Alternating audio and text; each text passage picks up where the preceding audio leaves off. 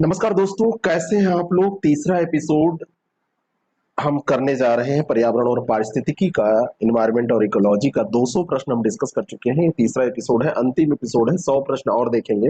Total 300 प्रश्न ये हो जाएंगे और जो भी प्रश्न पूछे जाएंगे आगामी आपकी परीक्षाओं में, करंट अफेयर को छोड़ के, इन्हीं में से सिंगल प्रश्न, वन लाइनर प्रश्न या स्टेटमेंट बेस्ड प्रश्न मिल जाएंगे आपको।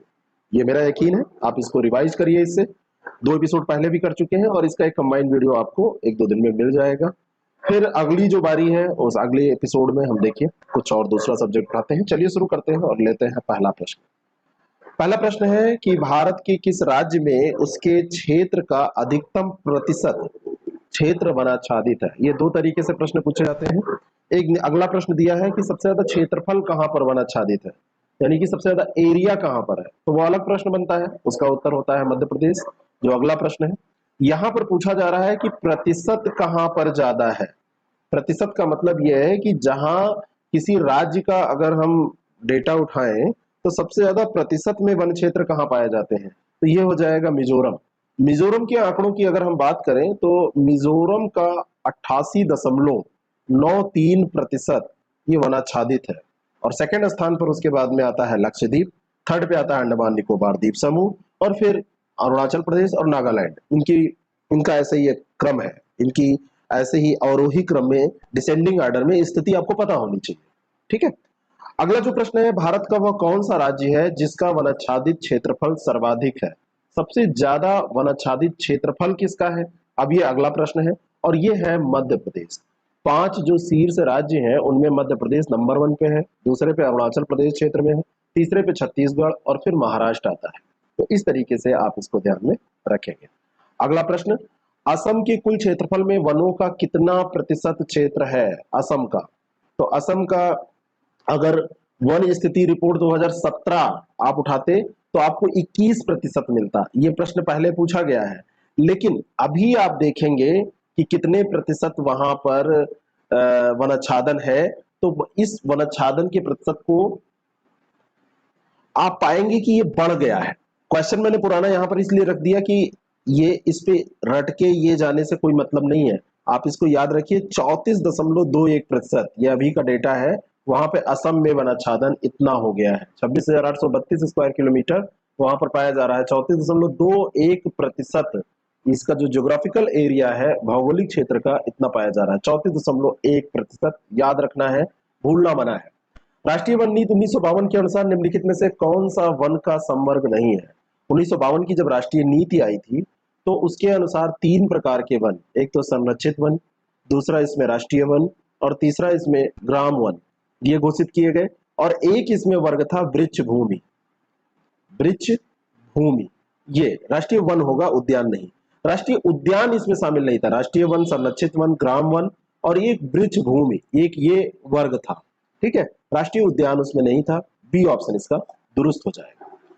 पर्यावरण का संतुलन बनाए रखने के लिए वना अंतर्गत, यानी कि वन के अंतर्गत क्षेत्रफल कितना होना चाहिए। तो ये माना जाता है कि 33% का अगर क्षेत्रफल हो, 1/3, 1/3 भी इसको लिख के पूछा जाता है, तो 1/3% पर अगर होगा या इतना 1/3 भाग पर होगा तो आप संतुलित रख सकते हैं पर्यावरण को। भारत के निम्नलिखित में से कौन नगर वृक्षारोपण में विशिष्टता रखता है। कौन सा नगर है जो रखता है, तो ये एक बार प्रश्न पूछा गया था। एक तमिलनाडु का नगर है वालपराई। वालपराई में वृक्षारोपण में स्पेशलाइजेशन पाया जाता है। ठीक है, सीधा ही प्रश्न पूछा गया था। वालपराई तमिलनाडु में पड़ता है और तमिलनाडु में है कोयम्बटूर जिला, वहां पर पड़ता है। निम्नलिखित तत्वों पर विचार कीजिए। भारत में वन क्षेत्र का ह्रास भारत के जनांकीय संक्रमण से प्रत्यक्षता संबंधित रहा है। जितना जितना जनसंख्या बढ़ती चली जाएगी, है ना, तो उससे वन ह्रास भी बढ़ेगा। और वन क्षेत्र एवं जनसंख्या वृद्धि में प्रायः नकारात्मक संबंध होता है। जनसंख्या जैसे जैसे इंक्रीज करेगी वन क्षेत्र कम होगा, क्योंकि संसाधनों के लिए, घर बनाने के लिए, कृषि के लिए जमीन चाहिए तो लोग काटते रहते हैं। ए ऑप्शन इसका बिल्कुल करेक्ट हो जाएगा, सही भी है और व्याख्या भी कर रहा है। नागालैंड के पर्वत क्रमशः बंजर होते जा रहे हैं और उसका कारण क्या है। नागालैंड वाले क्षेत्र में, नॉर्थ ईस्ट में आप देखेंगे तो वहां पर झूम कृषि होती है, स्लैश एंड बर्न कृषि होती है। तो वहां पर जंगलों को जला दिया जाता है खेती करने के लिए, तो झूम कृषि इसका कारण है। धीरे धीरे इन गतिविधियों पर रोक लगाई जा रही है। निम्न में से कौन सा भारत में निर्वनीकरण का प्रभाव नहीं है? निर्वनीकरण का प्रभाव कौन सा नहीं है? तो हिमालय में जल स्रोतों का सूखना एक ये प्रभाव है। निर्वनीकरण होता है तो उससे क्या क्या होता है? जल स्रोत सूख जाएंगे, ये है। जैव विविधता की हानि होगी, ये है। मृदा अपरदन होगा, ये है।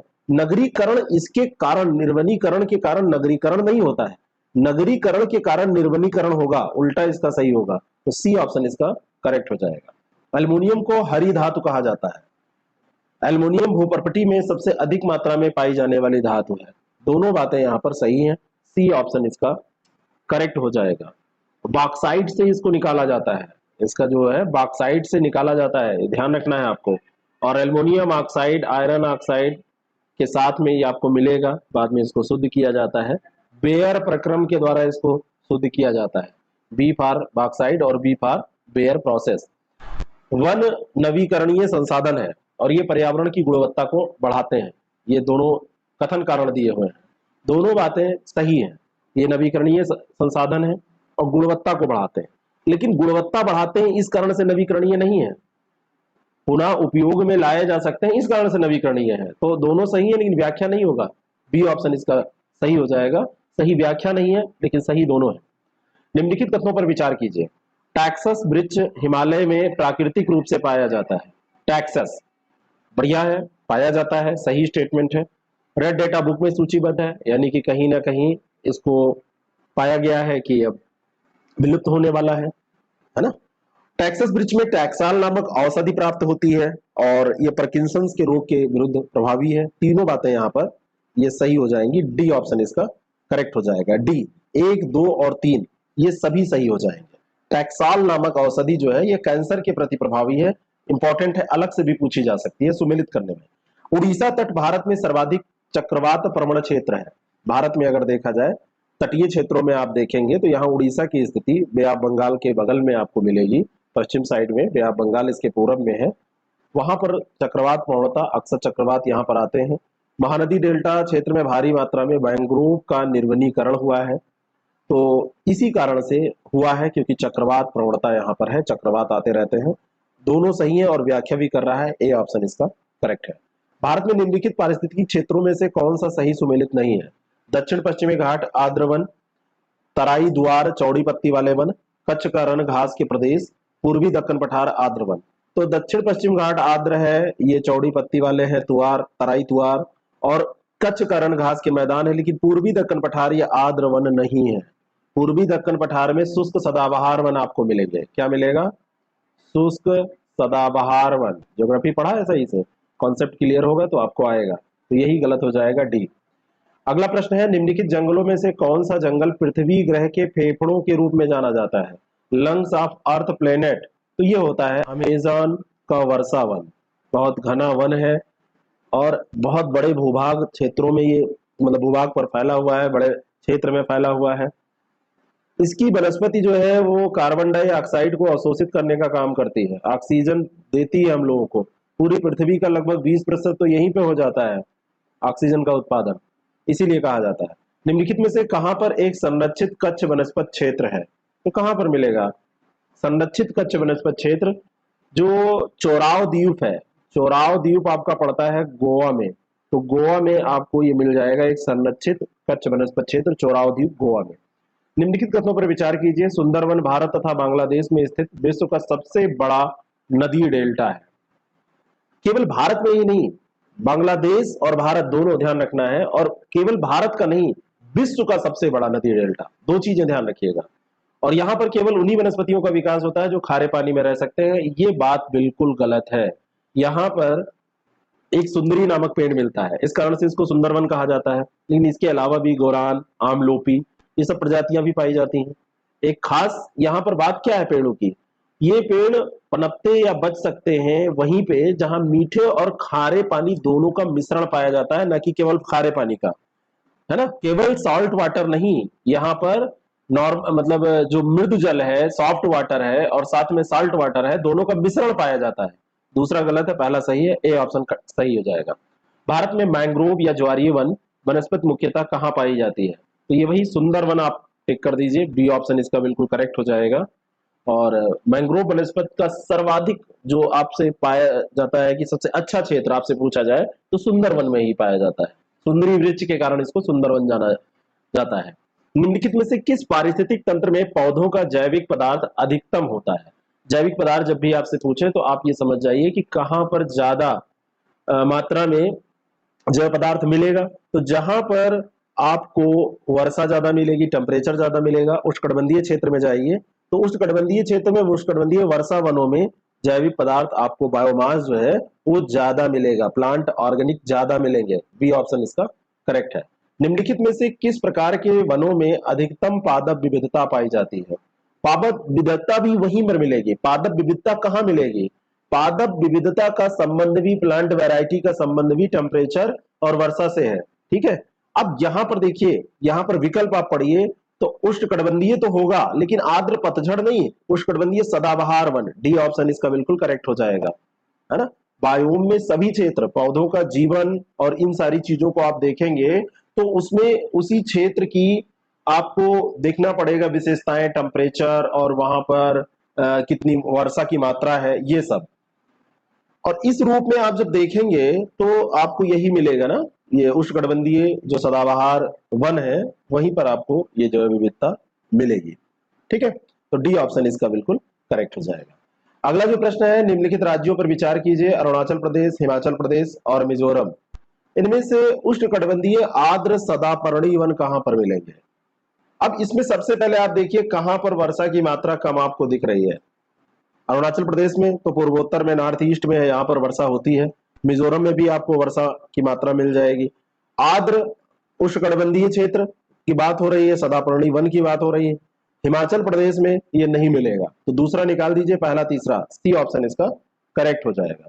200 से 300 सेंटीमीटर वर्षा पाई जाती है, वहां पे उष्णकटिबंधीय आर्द्र सदाबहार वनों का विकास होता है। जैसे पश्चिमी घाट का उदाहरण आप ले लीजिए, पश्चिमी घाट पे इसका आपको डेवलपमेंट पूरा मिलेगा, है ना। नम पर्णपाती वन, उष्णकटिबंधीय नम पर्णपाती वन मिलेंगे आपको हिमाचल प्रदेश में। सदाबहार आपको ऐसे नहीं मिल जाएंगे, सदापर्णी नहीं मिल जाएंगे, शुष्क पर्णपाती वन मिलेंगे आपको, नम पर्णपाती वन मिलेंगे हिमाचल प्रदेश में, क्योंकि वहां पे वर्षा की मात्रा कम है। निम्नलिखित में से कहां सदाबहार वन पाए जाते हैं? कहां पर पाए जाते हैं? तो सदाबहार वनों की बात जब भारत में की जाए तो पश्चिमी घाट, आंख मूंद कर आप लगा दीजिए, सी ऑप्शन इसका बिल्कुल करेक्ट है। 200 सेंटीमीटर से प्लस वर्षा जहां पर होती है, 200 सेंटीमीटर प्लस। ठीक है, भारत में सबसे बड़ा बाघ संरक्षण स्थल कहां पर है? बाघ संरक्षण स्थल, ये प्रश्न जब पूछा गया था, हो सकता है रिपीट किया जाए। नागार्जुन श्रीशैलम टाइगर रिजर्व जो है ये आंध्र प्रदेश में है, वहीं पर ये डी ऑप्शन। अगर आपके पास कोई अपडेटेड न्यूज होगी तो आप जरूर बताइएगा। अगला जो प्रश्न है, निम्नलिखित कथनों पर विचार कीजिए।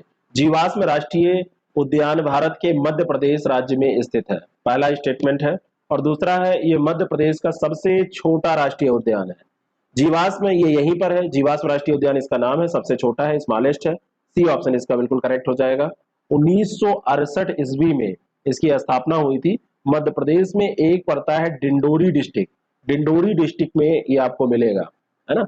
और ये जीवाश्म राष्ट्रीय उद्यान इसका नाम ही है।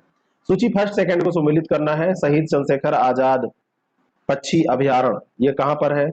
ओखला, समस्तपुर, पार्वती अरंगा। तो पार्वती अरंगा आप जानते होंगे, बहुत सारे लोगों ने इस प्रश्न को पहले भी किया होगा। तो पार्वती अरंगा को आप तो जो जो आप जाने सुमेलित करने वाले प्रश्नों में सबसे पहले उसको सुमेलित करिए, आपको ये मिल जाएगा गोंडा में। तो डी का वन, अब डी का वन 3 में दिया है, काम नहीं बनने वाला।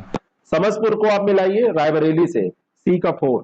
अब सी का 4 और डी का 1 मिला लीजिए तो ये आपका निकल आया बी ऑप्शन। यहीं पर आप खत्म कर दीजिए, क्योंकि प्रश्न में जो ये टाइम बचा है अगले प्रश्न में आप इसको खर्च करिए। तो सी का 4, डी का 1। अब आप बाकी दो ऐसे ही सेट हो गए, ए का 2 शहीद चंद्रशेखर आजाद पक्षी अभयारण्य ये उन्नाव में हो जाएगा, और ओखला वाला आपका गाजियाबाद में हो जाएगा, है ना। ठीक है, अगला प्रश्न, सूची फर्स्ट सेकंड को सुमेलित यहां पर भी करना है। दाची गांव वन्यजीव अभयारण्य, तो ये तुरंत मिला दीजिए, जम्मू कश्मीर, ए का 4 हो जाएगा, ए का 4 हो जाएगा। केवला देव घाना ये आपका राजस्थान में हो जाएगा, तो बी का 2 हो जाएगा। ए का 4, बी का 2, कान्हा आप मिला दीजिए मध्य प्रदेश में, सी का 1 और डी का 3 हो ही जाएगा। तो 4 2 1 3, 4 2 1 3, बड़े सरल सरल प्रश्न इसमें पूछे जाते हैं। अब प्रश्न कुछ नए बनने लगे हैं तो वहां से प्रश्न उठाए जाएंगे, लेकिन एक आध भी पुराना ऑप्शन मिल गया ना तो आप उसको कर देंगे। अगला प्रश्न है, इसको भी सुमेलित करना है। सिमलीपाल, दियांग, दिबांग, नोकरेक और कोल्ड डिजर्ट। अब देखिए, कोल्ड डिजर्ट अलग से भी एक बार पूछा गया था। कोल्ड डिजर्ट आपका हिमाचल प्रदेश में है, तो ये यहां लिखा हुआ है। डी का 4 कर दीजिए, नोकरेक मेघालय। सी का 3 कर दीजिए, है ना। 2 1 1 2 3 4 ये बिल्कुल सुमेलित दिया है। सिमलीपाल उड़ीसा, दिहांग बिगांग ये अरुणाचल प्रदेश, नोकरेक मेघालय, कोल्ड डेजर्ट ये हिमाचल प्रदेश हो जाएगा। कार्बेट राष्ट्रीय उद्यान अपना जल कहां से प्राप्त करता है? तो ये रामगंगा नदी से प्राप्त करता है। बी ऑप्शन इसका बिल्कुल करेक्ट हो जाएगा। कहां से? रामगंगा नदी से। रामगंगा नदी निकलती है उत्तराखंड से, पौड़ी गढ़वाल वहां पर जिला पाया है, वहां से। दूधा तोली पहाड़ी पाई जाती है, वहां से निकलती है ना। भारत का 1% सोना रामगंगा नदी घाटी में मिलता है, ये भी ध्यान रखिएगा। पूछ ली जाए कौन सी नदी घाटी है जहां से गोल्ड आपको मिलता है, तो महिला वर्ग तो इसको बहुत पसंद करेंगे, गोल्ड पसंद होता है लोगों को। भारत में सर्वप्रथम एक समुद्री सेंचुरी जिसकी सीमाओं के अंतर्गत प्रवाल भित्तियां, मोलस्का, डॉल्फिन, कछुए और अनेक प्रकार के समुद्री पक्षी हैं, स्थापित कहां पर किया गया है? और यह स्थापित किया गया है कच्छ की खाड़ी में। यूपीएससी का प्रश्न है, यूपीएससी का प्रश्न है, लेकिन यूपीसीएस में इससे तोड़ के प्रश्न आपको मिल जाएंगे, यहां से बना देते हैं। और समुद्री सेंचुरी है, यहाँ पर डॉल्फिन मिल जाएगा आपको, कछुआ मिलेगा, मोलस्का मिल जाएगा, समुद्री जीव जंतु मिल जाएंगे, उनके संरक्षण के लिए इसका विकास किया गया है। विश्व का सबसे बड़ा वनस्पतिक उद्यान कौन सा है? पूरे विश्व की बात की जाए, क्यों वनस्पतिक उद्यान है? इंग्लैंड में पाया जाता है। बहुत पहले 1759 में इसकी स्थापना कर दी गई थी। 2003 में इसको यूनेस्को की विश्व विरासत सूची में दर्जा दिया गया, शामिल किया गया। 40,000 से अधिक प्रजातियां यहाँ पर पाई जाती हैं। सबसे बड़ा वनस्पतिक उद्यान है। एम स्ट्रिप शब्द कभी कभी समाचारों में आता है, ये है क्या? तो ये बाघ अभ्यारण्यों के रख रखाव से संबंधित है। बी ऑप्शन इसका बिल्कुल करेक्ट है। मानचित्रों का निर्माण जहां पर जैसे वैसे नहीं कर सकते, तो एम स्ट्रिप के माध्यम से हम इनके बारे में आंकड़ों का निर्धारण, कहां कहां ये पाए जा रहे हैं बाघ, उनके मानचित्रों का निर्धारण, उनका उनका आप कह सकते हैं कि उनके माध्यम से उनको चिन्हित किया जा सकता है उन स्थानों को, है ना। और इसके बाद बाघ का शिकार ना हो पाए, है ना, जो पोचिंग होती है, शिकार ना हो पाए, इसके कारण से ये इंपॉर्टेंट हो जाते हैं एम स्ट्रिप्स जो है। निम्नलिखित में से किस राष्ट्रीय उद्यान ने भारतीय वन्यजीव प्रबंधन के लिए ड्रोन या मानव रहित हवाई वाहन का उपयोग करना प्रारंभ किया? बांदीपुर टाइगर रिजर्व ने किया था, प्रश्न तभी पूछा गया था। ए ऑप्शन इसका बिल्कुल करेक्ट है। ड्रोन का उपयोग करना प्रारंभ बांदीपुर टाइगर रिजर्व। निम्नलिखित में से कौन सा युग्म सही सुमेलित नहीं है? बाघ, आरक्षित क्षेत्र और राज्य दिया है बुक्सा बिहार, ये गलत है, क्योंकि बुक्सा जो है ये वेस्ट बंगाल में है, पश्चिम बंगाल में। दम्फा मिजोरम, नामेरी असम, नामदफा अरुणाचल प्रदेश। याद कर लीजिए, पूछे जाते हैं घुमा फिरा के यहीं से, ये सही है। भारत में प्रोजेक्ट टाइगर कब प्रारंभ किया गया? बच्चों वाला प्रश्न है। 1973 में इसको शुरू किया गया था। सोते जागते किसी से पूछो वो बता देगा। बाघ प्रजाति विलुप्त ना होने पाए, बाघ परियोजना तभी शुरू की गई थी 1973 में। सरकार की बाघ परियोजना का उद्देश्य क्या था? भारतीय बाघ को समाप्त होने से बचाना। सी ऑप्शन करेक्ट है। अंतरराष्ट्रीय बाघ दिवस, टाइगर दिवस, ठीक है, कोई दिक्कत नहीं है। तो टाइगर दिवस किस तिथि को मनाया जाता है? 29 जुलाई को। बी ऑप्शन इसका बिल्कुल करेक्ट है। 2010 में यह निर्णय लिया गया था और ये सेंट पीटर्सबर्ग में सम्मेलन हुआ था, बाघ सम्मेलन, वहीं पर। उसके बाद 29 जुलाई को ये डेट रखी गई थी। हाल ही में कुछ शेरों को गुजरात के उनके प्राकृतिक आवास से निम्नलिखित में से किस नए स्थल पर स्थानांतरित किए जाने का प्रस्ताव था? तो ये कुन्नो पालपुर वन्यजीव अभ्यारण्य, है ना। बी ऑप्शन इसका बिल्कुल करेक्ट है। ये पड़ता है मध्य प्रदेश में, वहां बात हुई थी कि इनको स्थानांतरित किया जाएगा। यूनेस्को द्वारा मैन एंड बायोस्फीयर प्रोग्राम की शुरुआत कब की गई थी? मैन एंड बायोस्फीयर प्रोग्राम मैब 1971 में ही शुरू हो गया था। सी ऑप्शन इसका बिल्कुल करेक्ट है। 1971, ध्यान में रखिएगा, 1971 में ही इसकी शुरुआत हुई थी। निम्नलिखित में से कौन सा स्थान अब तक स्थापित जैव मंडल आरक्षित स्थानों में नहीं है? कौन सा स्थान? ग्रेट निकोबार है, सुंदरवन है, नंदा देवी है। अब जैव मंडल आरक्षित क्षेत्रों में कच्छ की खाड़ी है कि नहीं, इसको चेक करना है। अब आप बताइए, देखो कभी कभी ऐसे प्रश्न पूछे जाते हैं और उनको फिर हम अपडेट नहीं करते तो प्रॉब्लम होती है, ठीक है। एक बार मैं आपको लिस्ट बताना चाहता हूं। जैसे इसमें आपसे पूछा जाए नीलगिरी, तो 1986 में पहला ये घोषित ही किया गया था। नंदा देवी भी है, गल्फ ऑफ मन्नार है, नोकरेक है, सुंदरवन है, मानस है, सिमलीपाल उड़ीसा जो अभी हमने किया था, दिहांग दिबांग अरुणाचल प्रदेश जो किया था ये भी है, और ये पंचमढ़ी बायोस्फीयर रिजर्व है। अचानक मार है, अचानक मार मध्य प्रदेश में पड़ता है। ग्रेट रन ऑफ कच्छ है, ग्रेट रन ऑफ कच्छ ये है। अब ग्रेट रन ऑफ कच्छ से कंफ्यूज ये कर सकता है, ग्रेट रन ऑफ कच्छ से ये कंफ्यूज कर सकता है, कच्छ की खाड़ी और ग्रेट रन ऑफ कच्छ। अब ये ध्यान रखिएगा, फिलहाल इसमें डी ऑप्शन उत्तर हो जाएगा, लेकिन ग्रेट रन ऑफ कच्छ पूछा जाएगा, है ना। पार्ट कच्छ, मोरबी और वहां पे पड़ता है सुरेंद्र नगर, है ना, पाटन डिस्ट्रिक्ट, उसका ये पार्ट है ग्रेट रन ऑफ कच्छ, तो उसको ध्यान रखना। कोल्ड डिजर्ट है अभी हिमाचल प्रदेश में, अभी हमने किया था। कंचनजंगा है सिक्किम में। अगस्ता मलाई केरल तमिलनाडु में पड़ता है। ग्रेट निकोबार बायोस्फीयर रिजर्व है अंडमान और निकोबार में। डिब्रू सखेवा है असम में, है ना। शेषाचलम हिल है आंध्र प्रदेश में। पन्ना आपका पड़ता है मध्य प्रदेश में। ये लिस्ट है पूरी, ठीक है ना, तो ये ध्यान रखना है आपको। अगला जो प्रश्न है, अपडेट रहिए, निम्नलिखित में से कौन सा एक विश्व धरोहर स्थल वर्ल्ड हेरिटेज साइट घोषित है, कौन सा? तो इसमें से कौन सा एक घोषित है? तो नंदा देवी जयमंडल आरक्षित क्षेत्र इसका उत्तर हो जाएगा, ए ऑप्शन इसका बिल्कुल करेक्ट है, ठीक है। निम्नलिखित में से कौन सा नेशनल पार्क इसलिए अनूठा है कि वह एक, कहीं कहीं आपको हो सकता है कहीं मुझसे छूट रहा हो कि नहीं अब ये भी हो गया है, तो उसको आप यहाँ पे अपडेट कर दीजिएगा, अपडेट करिए खुद को, दूसरों को भी, है ना। हो जाती है गलतियां, मैटर बना, किसी ने बनाया, मैंने देख एक सरसरी निगाह से देखा, कभी कभी छूटती है चीजें। 100-150 प्रश्नों में एक आध प्रश्न ऐसे होते हैं, टेस्ट सीरीज में कभी आंसर एक आध के गलत होते हैं, एक आध के होने नहीं चाहिए, होते हैं एक आध के, तो मैं उसके लिए आपसे यही कहता हूं कि आप उसमें सपोर्ट किया करें। ये असलियत है, मैं ये नहीं कहता मुझसे गलती नहीं होती, हमारी टीम से गलती नहीं होती। निम्नलिखित में से कौन सा एक नेशनल पार्क इसलिए अनूठा है कि वह प्लवान यानी कि फ्लोटिंग वनस्पति से युक्त अनूप यानी स्वयं होने के कारण समुद्र समृद्ध जैव विविधता को बढ़ावा देता है। और ये आपका है केबुल लामजाओ नेशनल पार्क, कहां पर पड़ता है? मणिपुर में आपको ये मिलेगा, मणिपुर में केबुल लामजाओ नेशनल पार्क मिलेगा। फ्लोटिंग है, तैर रहा है ना, ध्यान रखना।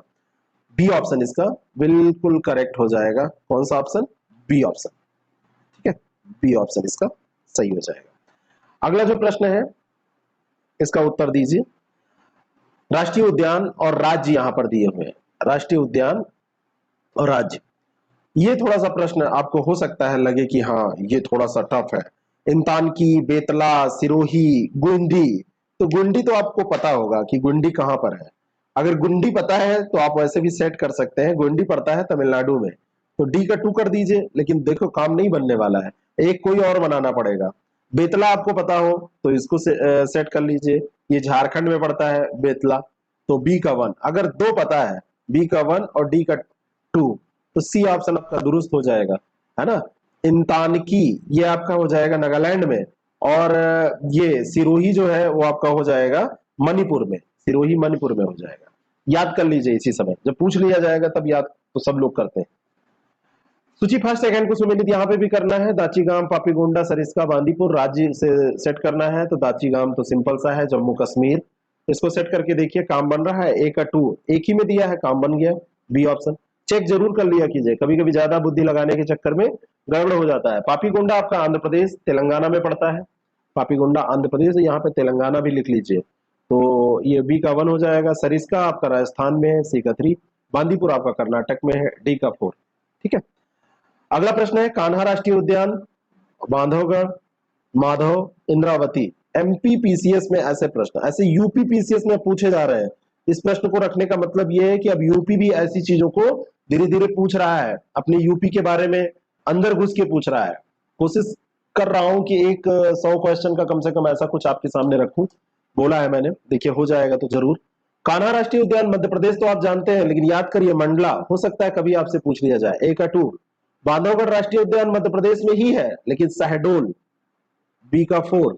और माधव राष्ट्रीय उद्यान शिवपुरी में पाया जाता है, सी का 1। और इंद्रावती आपका मिलेगा बस्तर जिला छत्तीसगढ़ में, देखिए एक छत्तीसगढ़ का दे दिया, तो ये डी का 3। तो 2 4 1 3, 2 4 1 3, ए ऑप्शन इसका बिल्कुल करेक्ट हो जाएगा, ठीक है। तो ऐसे ऐसे भी प्रश्न तैयार करिए। निम्नलिखित कथनों पर विचार कीजिए। केवलादेव राष्ट्रीय उद्यान राजस्थान के झुंझुनू जिले में है। अभी आपने पढ़ा है केवलादेव राजस्थान में है, लेकिन झुंझुनू जिले में है, कहां पर है ये तय करना पड़ेगा। ये गलत हो जाएगा क्योंकि ये भरतपुर में है। आप जाएंगे जब आगरा से आगे बढ़ेंगे और उधर जाने लगेंगे, फतेहपुर सीकरी क्रॉस करके फिर आगे बढ़ेंगे, तो आपको ये केवलादेव मिलेगा। यूपी से जैसे राजस्थान में एंटर करेंगे इधर से, केवलादेव राष्ट्रीय उद्यान में साइबेरियन साहस सर्दियों में प्रवास करते हैं, यहाँ पे सारस आते हैं, है ना, क्रेन्स आते हैं, यहाँ पर साइबेरियन क्रेन्स आते हैं। दूसरा सही है, बी ऑप्शन इसका करेक्ट हो जाएगा। राष्ट्रीय उद्यान और उद्यान से बहने वाली नदी, ये एक बार यूपीएससी में पूछा गया था। कार्बेट राष्ट्रीय उद्यान यहाँ पर दिया है गंगा नदी, काजीरंगा मानस, साइलेंट वैली, कावेरी, तीनों की तीनों ये नदियां गलत दी थी। रामगंगा और कोसी नदियां ये बहती हैं आपके कारगिल राष्ट्रीय उद्यान से, रामगंगा और कोसी, गंगा नहीं। दूसरा, अगर काजीरंगा की बात की जाए तो यहाँ पे ब्रह्मपुत्र और मोरा धनसिरी, मोरा दिफलू, दिफलू ये सब नदी बहती है। और साइलेंट वैली में अगर आप देखेंगे तो ये कुंती पूजा एक नदी आपने पढ़ा होगा, वो बहती है। ये तीनों यहाँ पर गलत दिए हुए हैं, डी ऑप्शन इसका करेक्ट हो जाएगा। ऐसी चीजें भी ध्यान दे दिया कीजिए, जब कोई पढ़िए तो अगर नदी वहां से निकल रही है पढ़ लीजिए। भितरकनिका उड़ीसा, मरुस्थलीय राष्ट्रीय उद्यान राजस्थान और एराविकुलम केरल, यहाँ पे सुमेलित करना है कि वहां पे क्या मिलता है। पीसीएस में इसको अलग अलग करके पूछेगा। भितरकनिका उड़ीसा जो है लवण जल मगर दिया हुआ है, बिल्कुल सही है, मिलता है। मरुस्थलीय, इसमें महान भारतीय सारंग राष्ट्रीय उद्यान राजस्थान में है। एराविकुलम केरल ये गलत है। हुलू गिवन जो है ये विशेषता आपको नॉर्थ ईस्ट में मिलेंगे, असम में आपको मिल जाएंगे, नॉर्थ ईस्ट वाले क्षेत्र में आपको पूर्वोत्तर भारत के राज्य में मिल जाएंगे। तो तीसरा यहाँ पर गलत हो जाएगा, तो पहला और दूसरा बी ऑप्शन इसका करेक्ट हो जाएगा। यहाँ पर देखिए नोकरेक जीवमंडल गारो पहाड़ी, यहाँ पर लोकेशन देखिए कैसे पूछा गया है। गारो खासी जयंतिया, नोकरेक मेघालय आप पढ़ते हैं, नोकरेक मेघालय में तो है लेकिन गारो है, ये भी सही है। लोकटक झील मेघालय दिया हुआ है। लोकटक झील जो है ये देखिए सरल है प्रश्न, लोकटक झील आपकी मणिपुर में पड़ती है, तो दूसरा गलत हो गया। दूसरा गलत हुआ तो ये हो गया, ये हो गया, पहला सही है तो ये गलत ही हो गया, इसी से आंसर निकल आया। केवल दूसरा गलत आपको पता है तो ये खत्म हो गया, और पहला सही अगर पता है तो ठीक है, नहीं पता। और नामदफा ये भी सरल है, नामदफा आपका अरुणाचल प्रदेश में है तो ये भी गलत हो जाएगा, असम में नहीं अरुणाचल प्रदेश में, ए ऑप्शन करेक्ट है इसका। कार्बेट तथा राजाजी राष्ट्रीय उद्यान में वन्य जीव प्रबंधन हेतु किस पैमाने के हवाई छायाचित्र उपलब्ध है। यहाँ पे लघु पैमाने वाले हवाई छायाचित्र उपलब्ध है। ऐसे प्रश्न पता नहीं क्यों पूछे जाते हैं। उत्तराखंड के जिम कार्बेट पार्क की बात हो रही है और राजाजी राष्ट्रीय उद्यान जो है वहां पर, तो यहाँ पे लघु पैमाने वाले हवाई छायाचित्र उपलब्ध है। एलोस्टेन नेशनल पार्क ये कहां पर है? एलोस्टोन नेशनल पार्क यूएसए में, संयुक्त राज्य अमेरिका में आपको मिलेगा, है ना। और यहाँ पर आपको ओल्ड फेथफुल गीजर मिलेगा, ग्रैंड कैनियन भी यहीं पर आपको मिल जाएगा। निम्नलिखित में से कौन सा युग में सही सुमेलित है? महान हिमालयी राष्ट्रीय उद्यान मनाली, राजाजी राष्ट्रीय उद्यान देहरादून, केवलादेव राष्ट्रीय उद्यान भरतपुर, यही सही है इसमें। राजाजी जो राष्ट्रीय उद्यान है इसको आप मिलाइए, कहां पर मिलेगा? ये आपको 3 जिलों में इसका विस्तार है ना। और ये आपको मिल जाएगा, कहां पर मिलेगा? राजाजी राष्ट्रीय उद्यान उत्तराखंड में मिलेगा। और जो महान हिमालयी राष्ट्रीय उद्यान है यह हिमाचल प्रदेश में आपको मिलेगा। और वन विहार की जहां तक बात करें तो वन विहार राष्ट्रीय उद्यान मध्य प्रदेश में मिलेगा। बाकी ये केवलादेव राष्ट्रीय उद्यान भरतपुर सही दिया है और ये सब गलत है, सी ऑप्शन करेक्ट हो जाएगा। सरिस्का और रणथंभौर निम्नलिखित में से किन जानवरों के संरक्षण से संबंधित है? दोनों ये बाघ से संबंधित है। सरिस्का और रणथंभौर राजस्थान के ही दोनों हैं, बाघ के संरक्षण से संबंधित है। कौन राष्ट्रीय उद्यान किस राज्य से सही सुमेलित नहीं है? बांदीपुर कर्नाटक बिल्कुल सही है, राजाजी उत्तराखंड ये भी सही है, सिमलीपाल उड़ीसा सही है, पिन वैली जम्मू कश्मीर ये गलत दिया हुआ है, क्योंकि पिन वैली ये हिमाचल प्रदेश में आपको मिलेगा। कहां पर मिलेगा? हिमाचल प्रदेश, पिन वैली हिमाचल प्रदेश में है। राष्ट्रीय उद्यान की सीमा रेखा विधान से प्रभावित होती है, जो इसकी सीमा रेखा है विधान से परिभाषित होती है। और अगला है लेजिस्लेशन, विधान का मतलब लेजिस्लेशन है। यहाँ पर यूपीएससी में ऐसी ही लैंग्वेज पूछ देता है। राष्ट्रीय उद्यान में शिकार और चराई पूर्णतया वर्जित होते हैं, दूसरा भी सही है। अब पहला दूसरा आपका सही मिल गया, तो अब पहला दूसरा दोनों एक साथ इसी में दिए हैं, तीसरा नहीं भी आपको पता है तो आंसर निकाल लीजिए। यूपीएससी का तो ऐसे ही प्रीलिम पास होता है। राष्ट्रीय उद्यानों में मानवीय हस्तक्षेप पूर्णतया वर्जित होता है, सही भी है, सरल भी है, जान जाएंगे। निम्नलिखित अभ्यारण्यों में कौन उल्लिखित संरक्षित प्रजातियों से सुमेलित नहीं है? जिम यहां पर होगा, जिम कार्बेट। तो जिम कार्बेट में बाघ सही है, घाना शेर, काजीरंगा गैंडा सही है, पेरियार हाथी सही है। जो घाना है, घाना में आपको क्या मिलेगा, भरतपुर पक्षी अभयारण्य जो है उसी को कहते हैं राजस्थान में, तो यहाँ पे पक्षियां पाई जाएंगी, शेर नहीं। बी ऑप्शन इसका सुमेलित नहीं है। राजीव गांधी नेशनल पार्क कहां पर स्थित है? राजीव गांधी नेशनल पार्क कर्नाटक में स्थित है। नागरहोल राष्ट्रीय पार्क, अब सी धीरे धीरे सबके नाम से, जो नागरहोल राष्ट्रीय पार्क है ना, उसी को राजीव गांधी कहते थे, अब धीरे धीरे नाम हटाया जा रहा है, ये भी ध्यान रखना है। तो राजीव गांधी नेशनल पार्क कहां पर स्थित है? कर्नाटक में। डी ऑप्शन इसका करेक्ट है।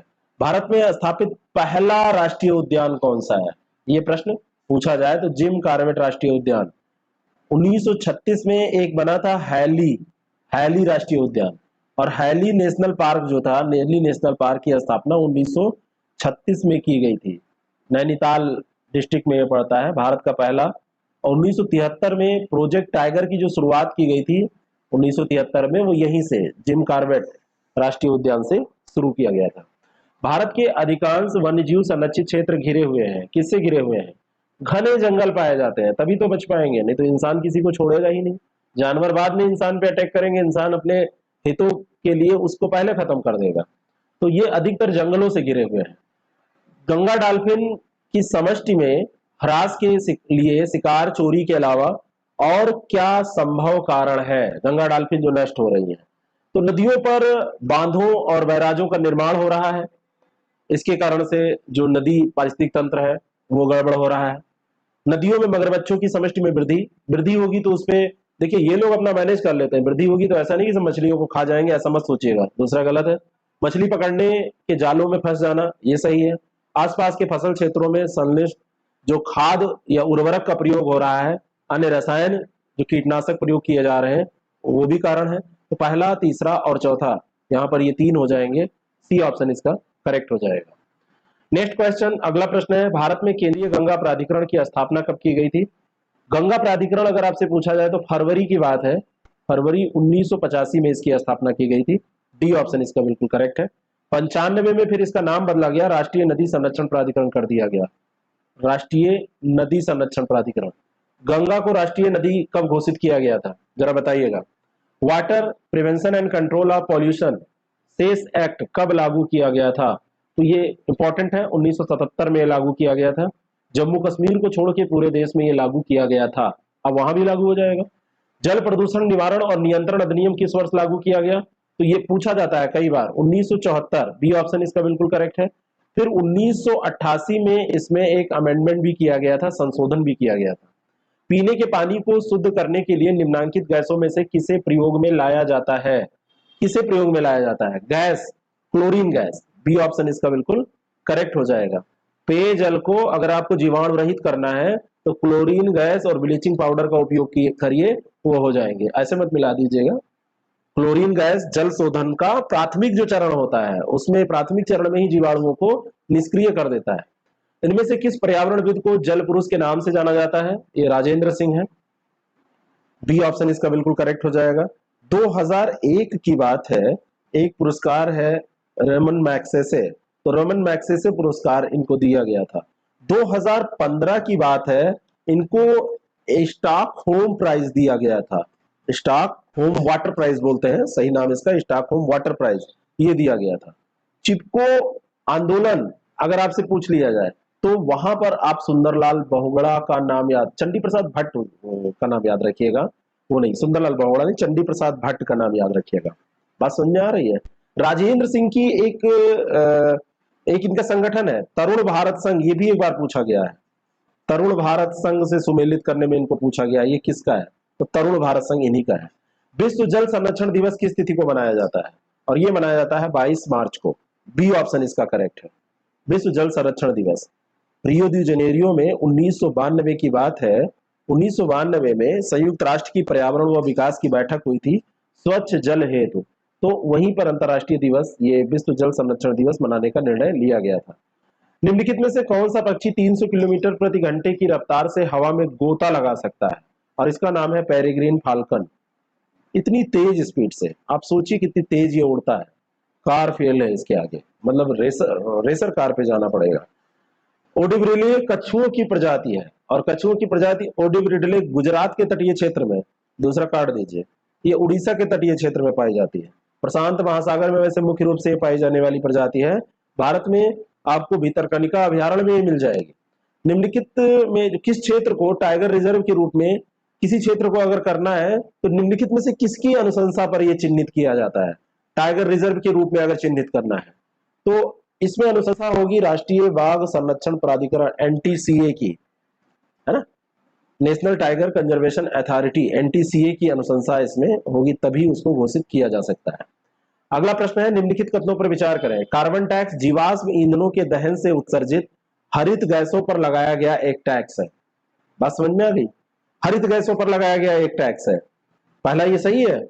दूसरा, कार्बन टैक्स एक शुल्क के रूप में हरित गृह गैसों के प्रत्येक टन के उत्सर्जन पर लगता है। दूसरा भी सही, सी ऑप्शन इसका सही हो जाएगा। निम्नलिखित कथनों पर विचार करें। पहला है कि विगत दशकों में पृथ्वी और वायुमंडल के तापमान में 17 डिग्री सेल्सियस की वृद्धि दर्ज की गई है। 17 डिग्री सेल्सियस, आप सोच के देखिए, बहुत ज्यादा बता रहा है। 0.08 नहीं, ये डिग्री सेल्सियस वृद्धि हुई है, पहला गलत है। पृथ्वी और वायुमंडल के तापमान में हुई वृद्धि का कारण ग्रीन हाउस गैस या गैसों व पर्यावरण प्रदूषण को माना जाता है, तो ये गैसें इसके लिए जिम्मेदार है, इसमें कोई दो राय नहीं है। बी ऑप्शन सही है। भूमंडलीय तापन का प्रमुख कार्य क्या है? तो कार्बन डाई, कारण क्या है? कार्य नहीं पूछा जा रहा है, कारण कार्बन डाइऑक्साइड में वृद्धि। जब ऑप्शन मैंने पढ़ा तो इसमें तो वृद्धि दिया है, तो कार्य इसका क्या होगा? कारण इसका पूछा जा रहा है। ए ऑप्शन इसका करेक्ट है। निम्नलिखित कथनों पर विचार करें। नर्मदा बचाओ आंदोलन नर्मदा नदी पर विशाल बांध के निर्माण के खिलाफ 1985 में शुरू हुआ एक जन आंदोलन। सही है, बिल्कुल सही है। किसने शुरू किया था? किसने शुरू किया था? उत्तर दीजिए इसी समय उत्तर दीजिए, मैं नहीं बताऊंगा। और इस आंदोलन में सुंदरलाल बहुगुणा का महत्वपूर्ण योगदान था। अब बताइए, गलत है। मेधा पाटेकर, मैं पूछ के बता देता हूं, मेधा पाटेकर का इसमें योगदान था। ए ऑप्शन करेक्ट है, दूसरा इसका स्टेटमेंट गलत है। कुमाराकाम पक्षी विहार अवस्थित है, कहां पर अवस्थित है? कुमाराकाम पक्षी विहार पड़ता है आपका, इसको एक और नाम से जाना जाता है, वेम्बनाद पक्षी विहार। वेम्बनाद पक्षी विहार के नाम से भी कुमाराकाम को जाना जाता है। अब आप जान गए होंगे, कोट्टायम में स्थित है, केरल कोट्टायम। कोट्टायम कहां है? केरल में। वहीं पर ये स्टार्ट किनारा उसका है वेम्बनाद झील का, वहीं पर ये है। केरल बड़ी अच्छी जगह है। निम्नलिखित में से कौन सा युग्म सही सुमेलित नहीं है? सुल्तानपुर पक्षी विहार, सलीम अली पक्षी विहार, कौंडिया पक्षी विहार, चिल्का झील पक्षी विहार। सुल्तानपुर पक्षी विहार गुरुग्राम हरियाणा दिया है, ये सही है। सलीम अली पक्षी विहार मांडवी नदी गोवा दिया हुआ है, ये भी सही है। कौंडिया पक्षी विहार चित्तूर तमिलनाडु दिया है, ये गलत है। तमिलनाडु नहीं, आंध्र प्रदेश यहां पर दिया होता तो सही होता। चित्तौड़ सही है, तो यही सही उत्तर हो जाएगा। बाकी ये चिल्का झील पक्षी विहार पुरी के पास उड़ीसा में है, ये सही है। तो सी ऑप्शन इसका केवल गलत दिया है, यही उत्तर हो जाएगा। अगला जो प्रश्न है, निम्नलिखित कथनों पर विचार करें। वर्ल्ड रिसोर्स इंस्टीट्यूट WRI एक क्षेत्रीय अनुसंधान गैर लाभकारी संगठन है, पहला स्टेटमेंट। और दूसरा है कि WRI की गतिविधियां 7 क्षेत्रों पर केंद्रित है, 7 क्षेत्रों पर। वर्ल्ड रिसोर्स इंस्टीट्यूट WRI एक वैश्विक अनुसंधान गैर लाभकारी संगठन है, न कि क्षेत्रीय। छोटी सी गलती। और 7 क्षेत्र है, इनके क्षेत्र भोजन, वन, जल, ऊर्जा, शहर, जलवायु और महासागर, इस पर आधारित है। तो दूसरा यहां पर सही है, बी ऑप्शन इसका करेक्ट हो जाएगा। 1982 में इसकी स्थापना हुई थी WRI की, है ना। जेम्स गुस्ताव स्पैथ ने इसकी स्थापना की थी, ठीक है। मैक आर्थर फाउंडेशन है, उसी ने वित्त पोषण इसका किया था। निम्नलिखित कथनों पर विचार करें। World wide fund for nature WWF एक अंतरराष्ट्रीय गैर सरकारी संगठन है। WWF का लक्ष्य है हमारे पर्यावरण को नष्ट होने से रोकना और इसका प्रतिकार करना, पर्यावरण जो नष्ट हो रहा है। तो सी ऑप्शन इसका बिल्कुल करेक्ट है। World wide fund for nature कभी कभी फुल फॉर्म भी पूछा जाता है और इसका पूछ लिया जाता है कि इसका इसका इसका इसका आप बताइए, इसका प्रतीक कौन सा जानवर है, ये उत्तर दीजिएगा। अभी KBC में भी उस दिन पूछा गया था, ठीक है।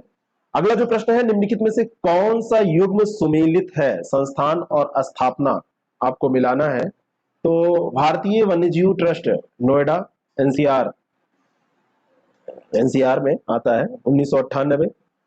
राष्ट्रीय वनीकरण और पर्यावरण विकास बोर्ड 1992। और अगला है कि टेरी, नई दिल्ली 1974। स्थापना और स्थान दोनों दिया हुआ है। तो भारतीय वन्यजीव ट्रस्ट नोएडा 1998, ये सही दिया है। राष्ट्रीय वनीकरण ये भी सही है, टेरी भी दिया है सही, डी ऑप्शन इसका करेक्ट हो जाएगा। ठीक है ना, the energy and resources institute, TERI. ठीक है। भारतीय प्राणी सर्वेक्षण के बारे में कौन सा कथन सत्य है? भारतीय प्राणी सर्वेक्षण पर्यावरण और वन मंत्रालय का एक अधीनस्थ निकाय है। इसकी स्थापना 1916 में हुई और इसका मुख्यालय कोलकाता में है। तो ये सभी सही है, डी ऑप्शन इसका करेक्ट है। 16 में स्थापना, कोलकाता में मुख्यालय, पर्यावरण वन और मंत्रालय सर्वेक्षण जो ये है भारतीय प्राणी सर्वेक्षण, ये पर्यावरण और वन मंत्रालय के अधीन आता है। भारतीय वनस्पति सर्वेक्षण का मुख्यालय कहां पर है? इसका मुख्यालय कोलकाता में, ए ऑप्शन इसका बिल्कुल करेक्ट है। 1887 में इसकी स्थापना, अंग्रेज शासन जब था अंग्रेजों का, उसी समय हो गई थी। बोटानिकल सर्वे ऑफ इंडिया की बात हो रही है। निम्नलिखित में से कौन सा युग में सही सुमेलित नहीं है? ध्वनि डीबी और ध्वनि स्रोत ये दिया हुआ है। 190 ज्वालामुखी विस्फोट यानी कि डेसिबल में नापा जा रहा है, सही है। असहनीय शोर 130 डेसिबल, यहीं से ही असहनीय होने लगता है। और जेट इंजन की आवाज 120 डेसिबल। और 210 ये दिया है फैक्ट्री बॉयलर, तो 110 होता है फैक्ट्री बॉयलर की आवाज, ना कि 210। अब ऐसे प्रश्न कभी कभी आपसे पूछ लिए जाते हैं जहां का ओर छोर कुछ नहीं होता है, जो है उनको तैयार कर लेते हैं। इनमें से अगर कुछ विकल्प रहेगा उनमें तो हेल्प करेगा, बाकी सब कुछ रट के आप नहीं जा सकते। सब कुछ की जब तैयारी करेंगे तो आपकी परफॉर्मेंस प्रभावित होगी। आप 70-80% करने की सोचिए, है ना। इसीलिए मैं बार बार प्रैक्टिस, जैसे जिनको आरओ का एग्जाम देना है वो प्रैक्टिस करें, अभी से स्टार्ट कर दें। पीसीएस में भी प्रैक्टिस करके 10-15-20 पेपर हल करके जाइए। इसके लिए आप हमारे प्रैक्टिस सेट को भी ज्वाइन कर सकते हैं। कोई जरूरी नहीं है कि आप यहीं से ज्वाइन करें, कहीं से भी ज्वाइन करें, नहीं करके जाइए, ठीक है ना। अगर आपको इसके बारे में जानकारी चाहिए तो 6307281212 कोई भी एग्जाम आप दे रहे हैं, यूपीएससी, यूपीपीएससी, आरओ या कोई भी लोअर सबऑर्डिनेट का एग्जाम कोई भी दे रहा है, प्रैक्टिस जरूर करिए। अच्छी जगह से प्रैक्टिस सेट लीजिए, प्रैक्टिस करिए। वैज्ञानिकों को सबसे ज्यादा चिंता प्रवाल भित्तियों समेत समुद्री प्रजातियों पर पड़ने वाली असर की है, कि प्रवाल भित्ति पे तो जो पड़ेगी, साथ में उसके साथ जो समुद्री प्रजातियों पर इसका असर पड़ेगा। तो पहला सही है। एसिड का सबसे ज्यादा असर हिंद महासागर में देखा जा सकता है। एसिड का जो सबसे ज्यादा असर है वो अंटार्कटिका में आप देख सकते हैं, हिंद महासागर में नहीं। तो पहला सही है, दूसरा गलत है, ए ऑप्शन इसका सही हो जाएगा। आर्सेनिक के लगातार संपर्क में कौन सी बीमारी हो जाती है? अगर लगातार संपर्क में आप रहेंगे तो लगातार संपर्क में रहने से कौन सी बीमारी होती है? तो ये ब्लैक फुट बीमारी है, बी ऑप्शन इसका सही है। डायरिया भी होता है, पेरिफेरल न्यूरिटस भी हो जाता है, हाइपर केराटोसिस भी हो जाता है, फेफड़े और त्वचा का कैंसर भी हो सकता है आर्सेनिक से। आर्सेनिक की मात्रा अभी पाई जा रही है, इसमें पानी में बहुत बढ़ रही है, इसीलिए स्वास्थ्य खराब रहने में इसकी महत्वपूर्ण भूमिका है। अब ज्यादातर पानी अगर प्रदूषित हो गया तो इसी कारण से लोगों का स्वास्थ्य सही नहीं रहेगा। जल एक ऐसा रंगीन द्रव है जो हाइड्रोजन का मोनो ऑक्साइड होता है, जल। और दूसरा है कि इसका रासायनिक सूत्र D2O होता है। सॉरी, पहला तो बिल्कुल सही है, ये हाइड्रोजन का मोनो ऑक्साइड होता है जल का। अगर आपसे पूछा जाए कि हाइड्रोजन का मोनोऑक्साइड होता है कि नहीं, तो होता है, H2O इसका, ठीक है। ये सूत्र हो जाता है, रासायनिक सूत्र। 4 डिग्री सेंटीग्रेड पर इसका घनत्व अधिकतम होता है, 0 डिग्री सेंटीग्रेड पर हिमांक होता है, 100 डिग्री सेंटीग्रेड पर यह खौलता है, क्वथनांक होता है। क्वथनांक मतलब जिसमें खौल जाए, उबलने लगे। भारी पानी परमाणु रिएक्टरों को मंदक के रूप में आप यूज करने में प्रयुक्त करते हैं, वो यहां पर दिया है, ये भारी पानी। यहां पर तो H2O दिया होता तो सही होता, इसका फार्मूला ये गलत दिया है, ए ऑप्शन इसका करेक्ट हो जाएगा। दूसरा गलत हो गया ना। ऊर्जा संयंत्र तथा तेल संशोधकों में जल का उपयोग मशीन को ठंडा करने के लिए होता है।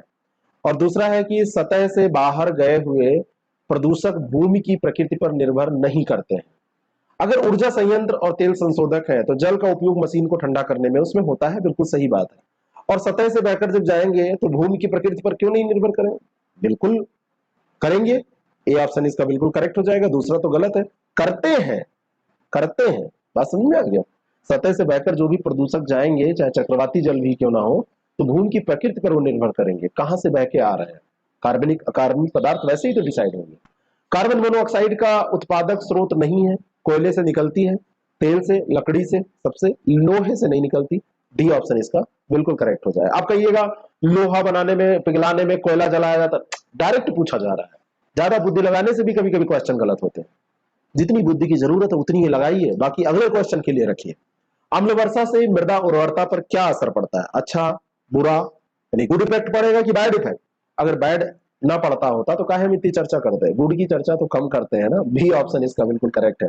दुनिया का यही दस्तूर है, अच्छे की चर्चा कई बार नहीं होती है। 99 अच्छाइयां आप में है, एक बुराई अगर किसी को मिल गई तो वही आपको बताता रहेगा। आप कितना भी किसी को कुछ करिए, एक चीज कहीं कुछ कम है जो हो सकता है आपके बस में ना हो, लोग उसी को पकड़ेंगे और उसी पे आपको नीचा दिखाएंगे हमेशा, है ना। तो ये दुनिया है, खैर इसकी कोई बात नहीं। आप अपने कर्तव्य पथ पे हमेशा सही से चलिए। उर्वरता पर, मृदा उर्वरता पर इसका बुरा असर पड़ता है। पीएच एक सांख्यिकीय मूल है जिसके निम्नलिखित में से क्या नापने के लिए उपयोग है? क्या उपयोग है इसका, क्या नापा जाता है? तो अम्ल या क्षार की तीव्रता इसमें नापी जाती है। अम्ल या क्षार की तीव्रता, अम्लीय क्षारीय कैसे? 7 से अगर कम होगा पीएच मान अम्लीय, 7 से ज्यादा होगा तो क्षारीय, ये होता है ना। तो दोनों नापा जाता है, अम्ल या क्षार की तीव्रता इसमें नापी जाती है। सांख्यिकीय मूल्य होता है ना।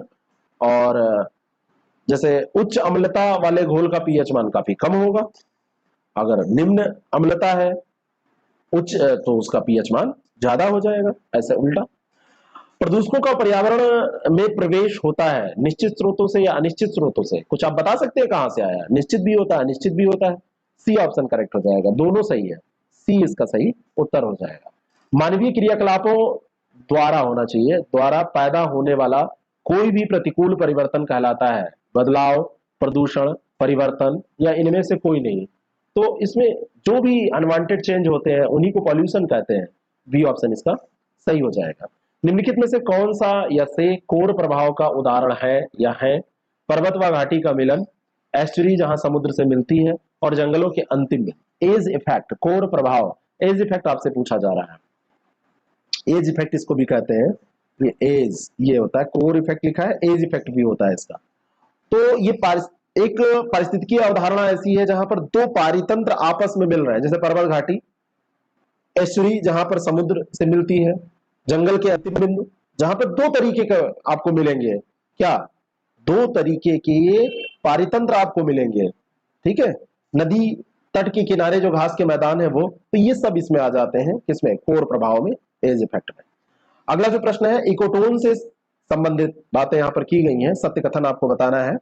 ये दो या अधिक पारिस्थितिक तंत्र का संक्रमण क्षेत्र होता है, और दूसरा है घास भूमियां, ज्वार नदमुख व नदी तट, ये सब इकोटोन के उदाहरण हैं। तो दोनों बातें यहां पर सही हैं, सी ऑप्शन इसका बिल्कुल करेक्ट है।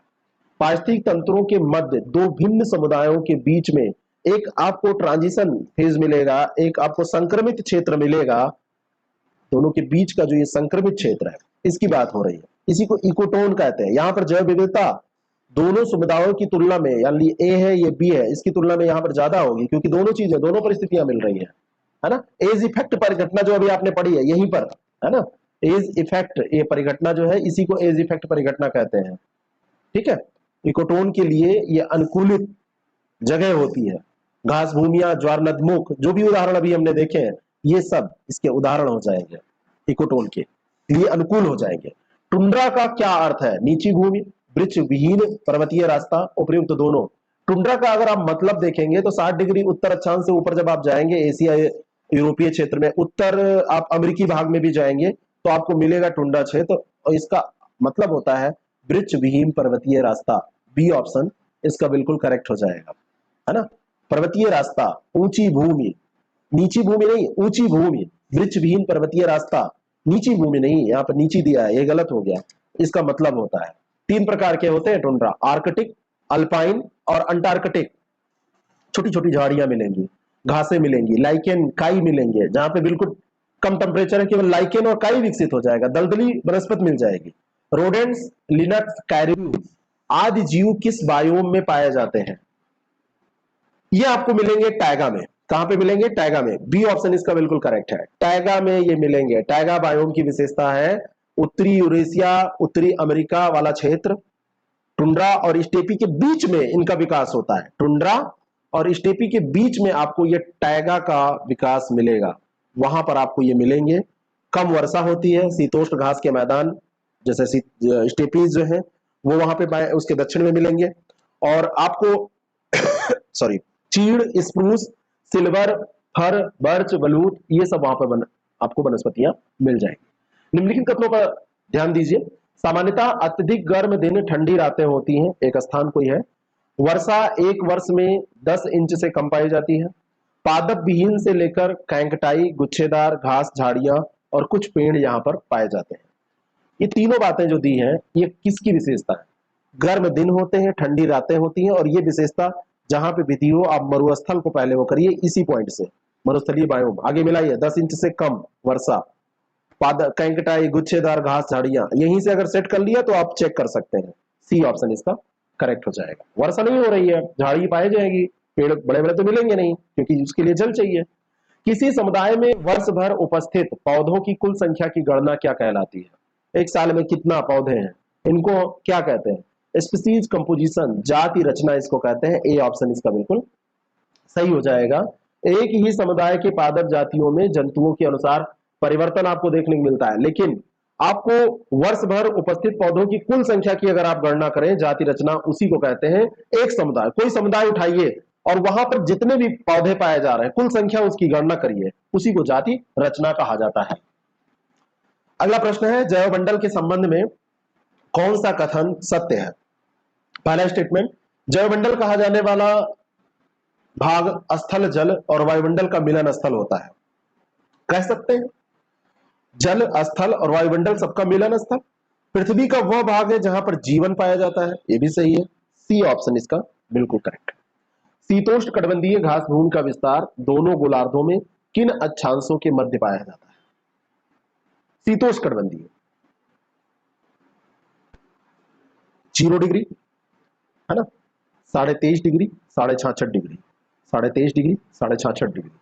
तो जो 23.5 और 66.5 के बीच का जो ये क्षेत्र है, उन्हीं के बीच में आपको शीतोष्ण कटिबंधीय घास भूमि मिलेगी। पूरे उम्र आप भूलेंगे नहीं कभी। अगला जो प्रश्न अपने बच्चों को भी समझाइएगा। निम्नलिखित कथनों पर विचार कीजिए। विश्व के कुल भूमि के लगभग 1/4 भाग पर घास भूमियों का विस्तार है। टोटालिटी में जितना पूरे विश्व में आप देखेंगे, पूरा भूमि, पूरा लैंड, उस पे 1/4। और उष्णकटिबंधीय घास भूमि का विस्तार केवल उत्तरी गोलार्ध में 0 डिग्री से 23 डिग्री अक्षांश तक। केवल उत्तरी गोलार्ध में नहीं, दोनों गोलार्धों में। दूसरा गलत हो गया, पहला सही है, 1/4। जितना टोटल है उसका 1/4 तो घास पाया जा रहा है। ठीक है। घास भूमि में किस कुल के पौधे पाए जाते हैं? बड़ा मस्त प्रश्न है। जंकेसिया और साइप्रेसी, ये दोनों कुल के घास का ये कुल है, ये दोनों पाए जाते हैं, है ना। यहाँ पर आपको साकीय पौधे, पोएसी कुल के पौधों का प्रभुत्व मिलेगा, और इसमें साइप्रेसी, जंकेसिया, इस कुल के पौधे पाए जाएंगे।